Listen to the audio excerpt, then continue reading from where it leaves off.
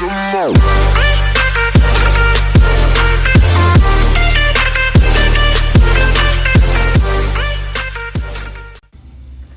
what's going on, everyone?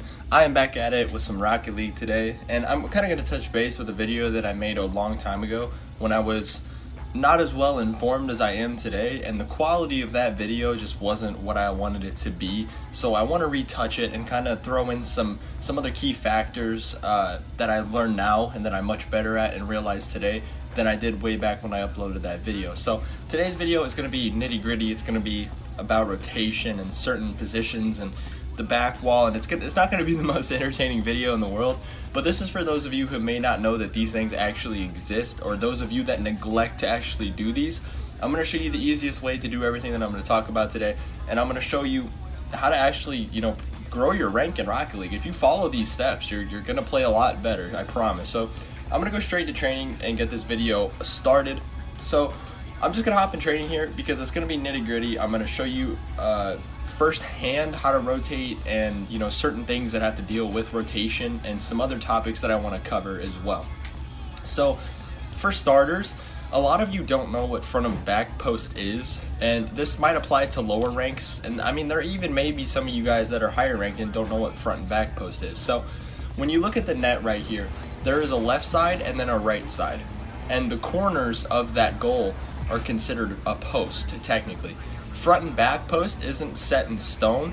It just depends on whatever side the ball is. So if say the ball is closest to this left side here, that would make that side front post.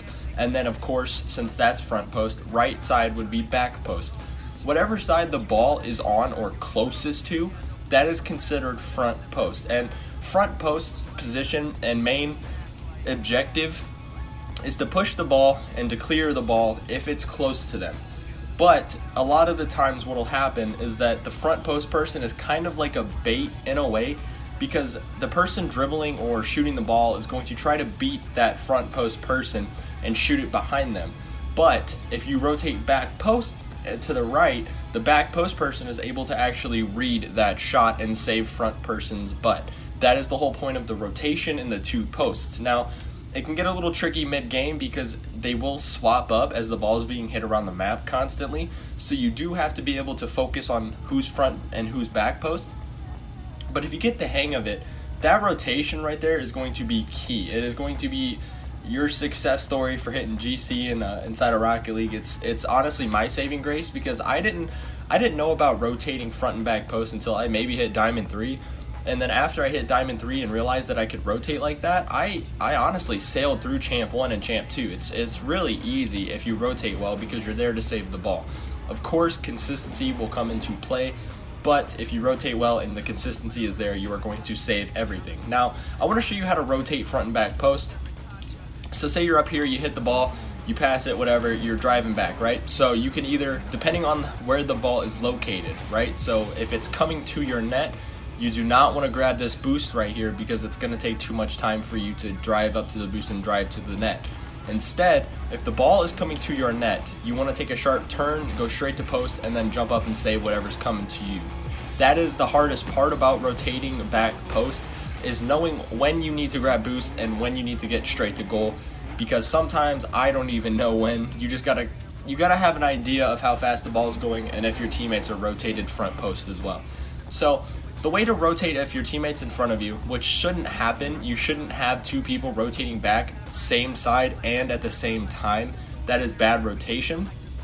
But on the off chance that happens and you guys got mixed up, you're behind him, he's rotating up. So if I'm the teammate that's in front, I'm going to rotate across and I'm going to sit right here at front post. Now, if the ball's in this area on this left side here, it's going to be my goal to go up and clear it and do whatever I need to do. But if the ball happens to get hit over you and they take a shot on net, you're rotated back and you're sitting front post right here, and you're able to go up and save the ball and do whatever you got to do. That is the benefit of rotating back post, and I thought a lot of you should know front and back post. It's going to help you improve your gameplay, save the balls, and overall your defense is going to go up a lot more than it would have if you didn't know how to rotate like that.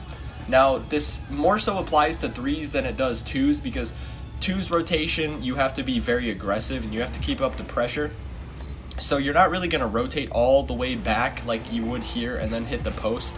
But I'm not saying not use the back post in twos. It's only a situational deal in twos. You only need to do it if they're putting a lot of pressure on you guys and your teammate just went for a 50 and you're right here waiting back post for their shot, and then you can go up and save it and do whatever you got to do. That's the only time you really need to rotate back post. Other than that, you're trying to grab pads, you're trying to grab mid boost, you're trying to just follow up your teammates' passes in twos. So I might just make a separate video for you guys on twos rotations specifically, just so you get an idea of what twos looks like compared to threes. Now, since we got rotation out of the way, I want to talk about some key factors on how to improve your gameplay and how to really go up in rank, honestly. So the next two and the last two are going to be backboard, which is right above the net right there, that whole wall above net. And then the last one is going to be consistency. Now, I know consistency is talked about a lot, and it's a very vague subject, but I want to kind of briefly skim over that and help you guys out best I can. So, going right into backboard. Backboard training, for those of you who are higher levels or maybe even stuck between high champ 1 and up, the backboard is going to be your saving grace. Now, I have been getting coached by a guy that is named Dragnifying. Now, he is a very, very good coach. He's not necessarily the most mechanical like you would see Gainer and all of them, but he is insane when it comes to consistency and when it comes to positioning. He never misses the ball, and he is never in a weird position. He's been coaching me, and I've learned a lot from him.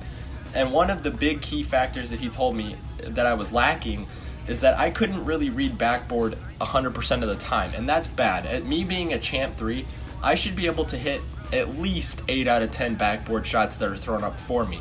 Backboard is going to be your saving grace, because if you hit the backboard with a really fast pass, you're definitely bringing out whatever defender was in net, and if they do not hit the ball and you actually know how to read backboard, you're gonna score. That is the benefit of backboard, and the benefit as well is you're able to place the ball in the top part of the goal, which can be very difficult to save if you're not positioned right as a defender. So backboard training is very, very good to learn. I recommend you guys do a lot of training packs and work on your consistency with reading the backboard.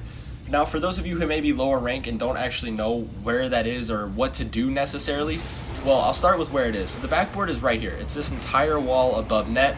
It even goes up to right about here. That would be considered the back wall. Now, how should you practice this? I recommend you go into training packs. Those of you that are on console, PS4, and Xbox One, there are custom training packs made specifically for this, the backboard shots.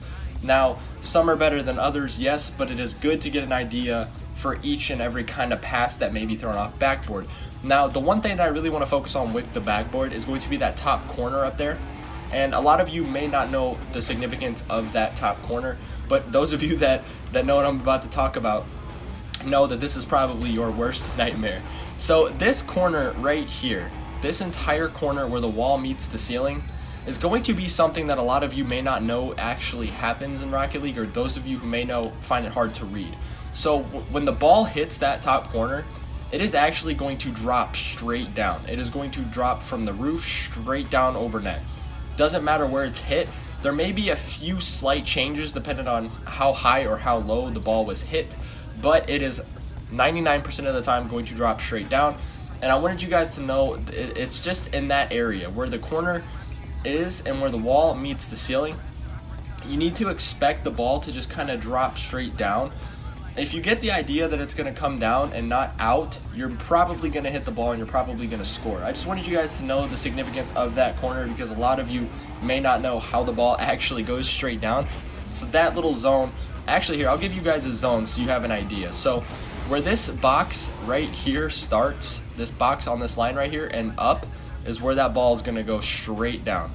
That is what I would use to kind of determine when the ball is going to go straight down, and so you guys have an idea instead of just trying to eyeball it. Because sometimes eyeballing it off the wall can be very risky, and you might challenge something you shouldn't. So that is the last thing I wanted to cover for back wall, other than just practicing. Back wall can be very difficult, so always try to go into private match with your friends and have them just bang it off the wall. So you get a bunch of different variants of a pass. I don't want you guys to just do bot setups in the custom training packs all the time. I want you guys to challenge yourselves, and I want you guys to make sure that you're hitting soft touches and really hard touches, like really fast shots. It's going to make you a better player, and it's going to make your enemies hate you that you're able to read that better than they are. But getting right into the last topic, it is going to be your consistency. Now, I have a few small recommendations as you know, to get your consistency up inside of Rocket League. Now, this is going to apply to those of you who may not have a really good car control, which is probably going to be the lower ranks. What I recommend you do is drive into the back post, and you drive up the back wall, and you just fly across the map like this. Stay backwards and try to hit the crossbar. That's all you got to do. Do that over and over until you can consistently drive backwards and fly across the map and hit that crossbar. If you get really good at it, you can spin, you can do whatever you want, and then hit crossbar. That is the best way to learn how to aerial and how to move your car mechanically. The next part that I would recommend is driving off the sidewall, which, as you can see, can be a very difficult thing to do. It's even more difficult for me because it's a hard position to control your car. So just drive off that wall until you consistently feel like you're able to maneuver and fix yourself if you're about to fall. This is the best way to learn aerial car control, in my opinion. That's how I learned. That's how I got really good at hitting the ball in the air. That is one thing. Another thing that you could do is just jump up in the air and try not to let yourself hit the ground.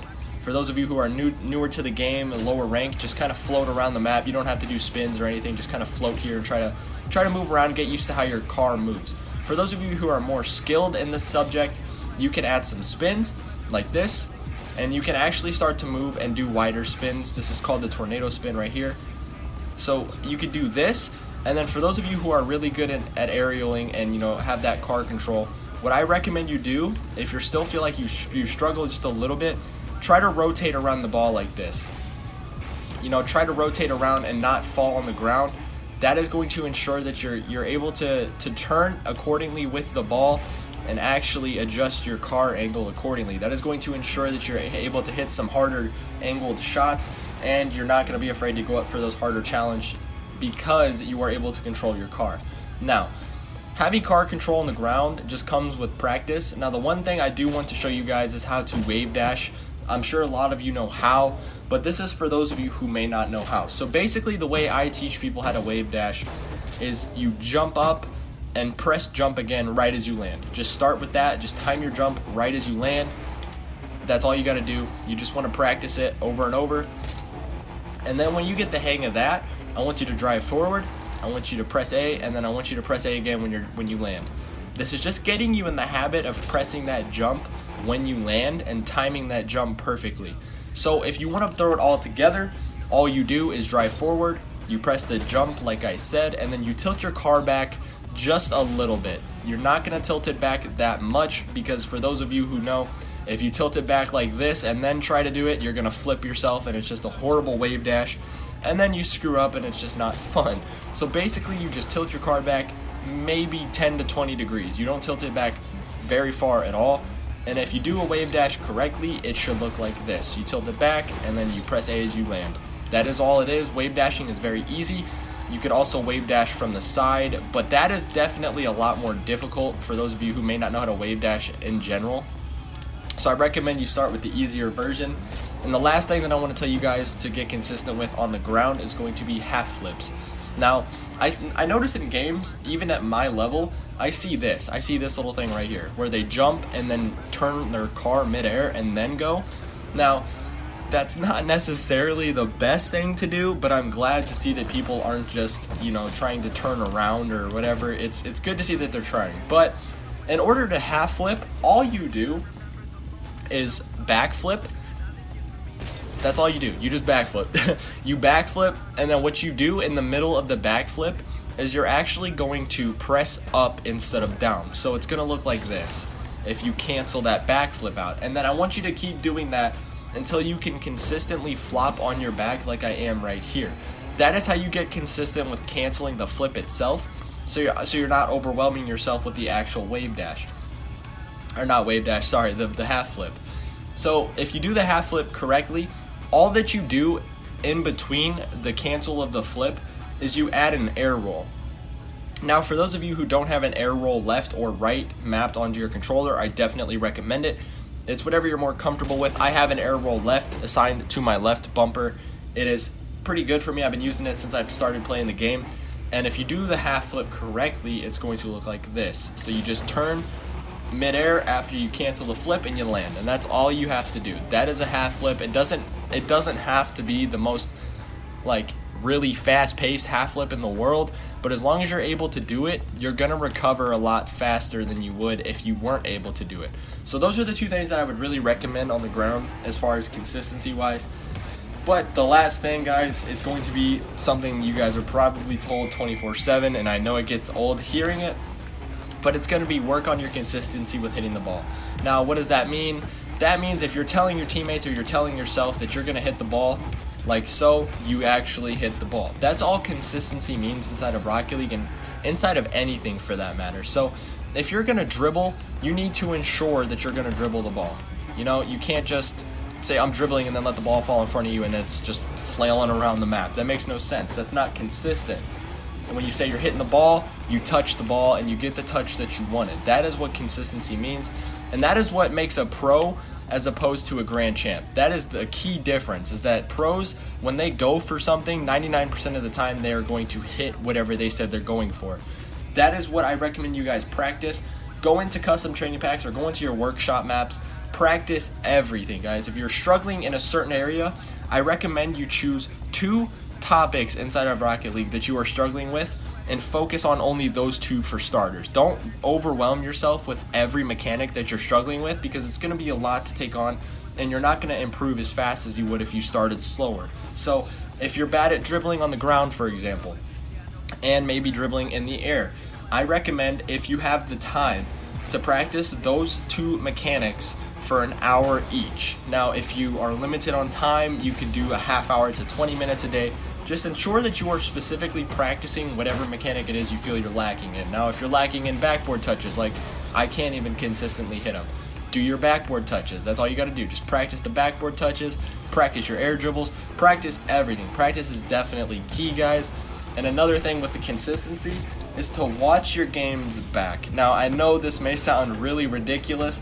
Who wants to watch their games back? You know what happened in the game. I know it sounds silly, but the coach that's been training me told me to watch my games back, and I did. I thought it was silly at first, but watching my games back, I realized I was making a lot more mistakes than I had thought. Now, if I said I was going for a pass, I would pass it out, but it wouldn't be the touch that I was hoping for. So that technically is a consistency mistake on my part, and I should fix it. And now I was able to see that with watching the replays.